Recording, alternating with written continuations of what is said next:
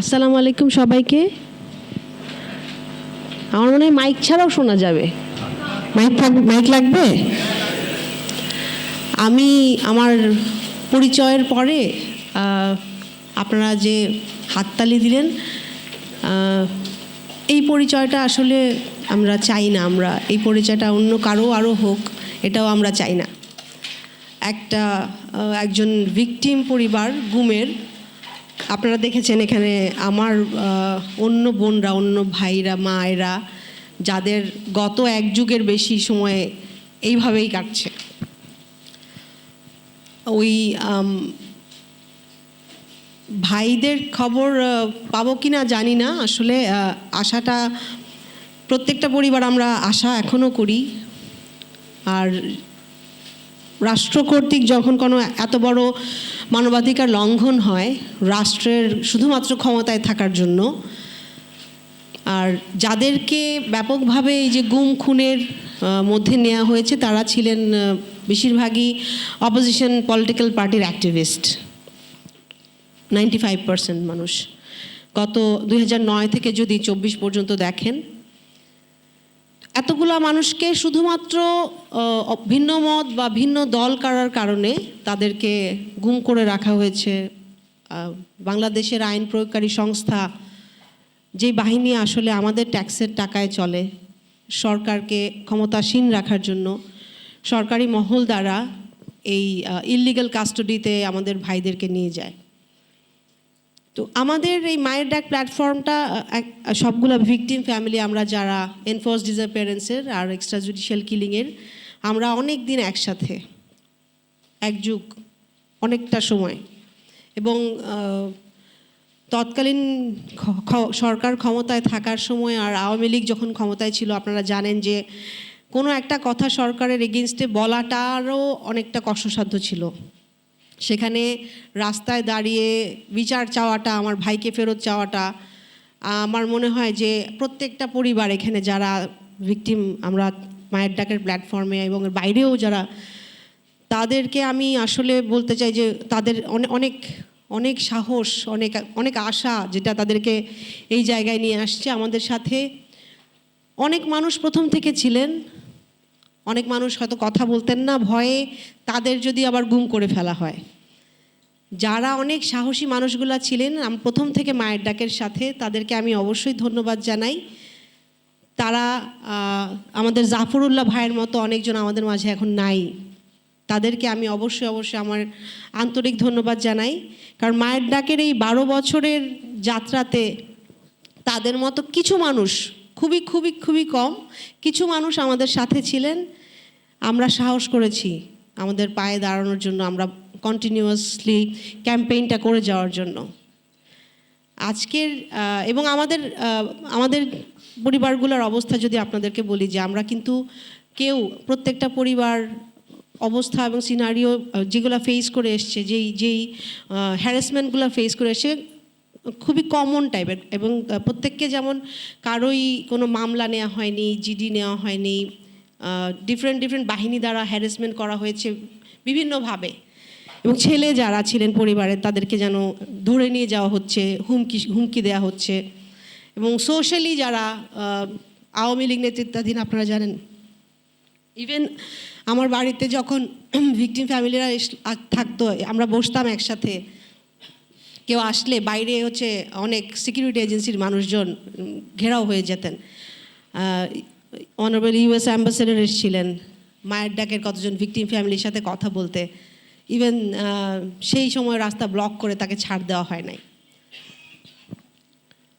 বিচার আইন প্রয়োগকারী সংস্থার যেই কাজ বা বিচার বিভাগের যেই কাজ ছিল, আর সরকার যন্ত্রের যেই কাজ ছিল, আসলে পুরা প্রক্রিয়াটা এরা সবাই মিলে যেই মেকানিজমটা কাজ করেছেন, সেইগুলারই ফলস্বরূপ আসলে আমরা এই যে গুম আর খুন, এরকম চরম মানবাধিকার লঙ্ঘনটা দেখতে পাচ্ছি। তারা পুরা সরকার যন্ত্র এবং আইন বিভাগ, বিচার বিভাগ এবং সবগুলা সংস্থা সম্মিলিতভাবে এই কাজগুলা করেছে।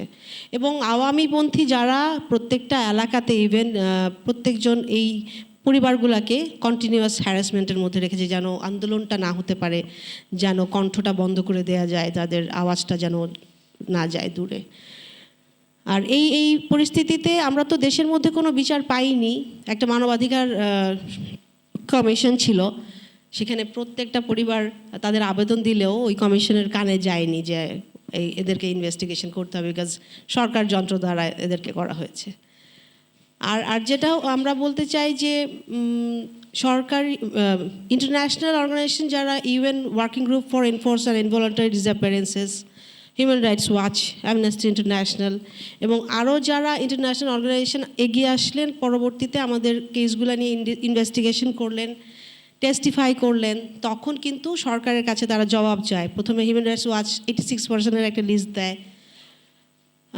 ইউএন হাই কমিশনার 2022-তে যখন 76 জনের একটা তালিকা দেয় সরকারের কাছে, তখনও কিন্তু সরকার কোনো উত্তর দেয়নি এবং বলেছে যে এই মানুষগুলো হচ্ছে নিজের থেকে পালিয়ে গেছে, দেনার দায়ে চলে গেছে। আমরা জানতাম না, আমরা আশা করিনি আসলে কোনো দিন বিচার পাবো। আমরা বাংলাদেশে এমন একটা অবস্থায় ছিলাম যে সব মানুষের মুখ বন্ধই করে দেওয়া হয়েছিল। যদি এই গণ অভ্যুত্থানটা, যিনি শুরু করেছিলেন অনুষ্ঠানটা, উনি বললেন এই গণ অভ্যুত্থানের পরে আমরা ইভেন এই যে এই প্রোগ্রামটা আজকে করছি, আমরা হয়তো এমন কোনো প্রোগ্রামও করতে পারতাম না।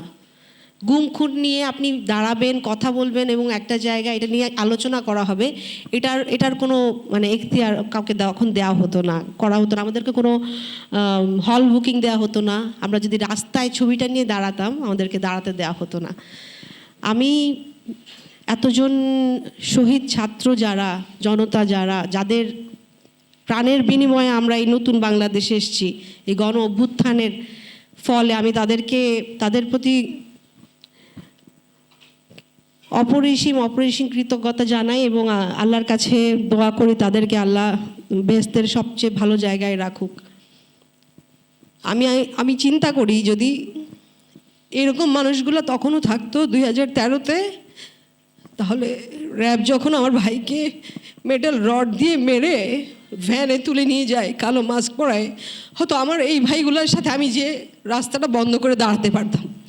র্যাবের যেই টিএফআই সেলে আমাদের ভাইদেরকে রাখা হয়েছিল, আমরা পরবর্তীতে শুনতে পাই, হয়তো এই সাহসী ভাইগুলাই, এই সাহসী মানুষগুলাই, এই ব্যবস্থাটা যদি আমরা থাকতো, আমরা হয়তো গেট ভেঙে ঢুকে ওই সেলগুলা থেকে আমার ভাইদেরকে নিয়ে আসতে পারতাম।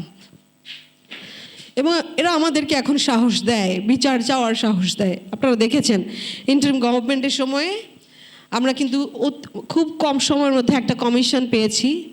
আমি এই জন্য তাদের সাধুবাদ জানাই, যেখানে আমরা কিন্তু কোনো বিচারের পর্যায়েই ছিলাম না। আমরা সাধুবাদ জানাই আজকে যেই কনভেনশনটা সই হয়েছে, এটা প্রক্রিয়াধীন হয়ে আসতে বা ডোমেস্টিক লতে আসতে হয়তো একটু টাইম লাগবে, কিন্তু তারপরেও তো শুরু তো হয়েছে। প্রথমে আমরা তাদেরকে এই জন্য ধন্যবাদ জানাই। শেখ হাসিনার সরকার 5 আগস্টে চলে গেছেন, কিন্তু শুধুমাত্র 3 জন ছাড়া যারা গুম ছিল, বাকি মানুষগুলোর কিন্তু কোনো খবর আমরা এখনো পাইনি। এবং এই মানুষগুলো কিন্তু অনেক, আমার পুরো বাংলাদেশে যদি 15 বছরে ধরেন অগণিত এই মানুষগুলার, তাহলে এই মানুষগুলা কোথায়? এবং যারা এই সিক্রেট ডিটেনশন সেলে ছিলেন, তাদের কাছ থেকে কিন্তু আমরা জানতে পারি যে তারা বুঝতে পারেন যে অন্য সেলে অনেক মানুষ ছিল এবং এক একজন 8 বছর তাদেরকে এরকম কবরের মতো সিক্রেট ডিটেনশন সেলে টর্চার করা হয়েছে, রাখা হয়েছে। তারা অনেকে এখন চোখে দেখেন না, অনেকে হচ্ছে স্বাভাবিক জীবনযাপন করতে পারছেন না। এতগুলা মানুষের সন্ধান আমরা তাহলে এখনও কেন পাচ্ছি না?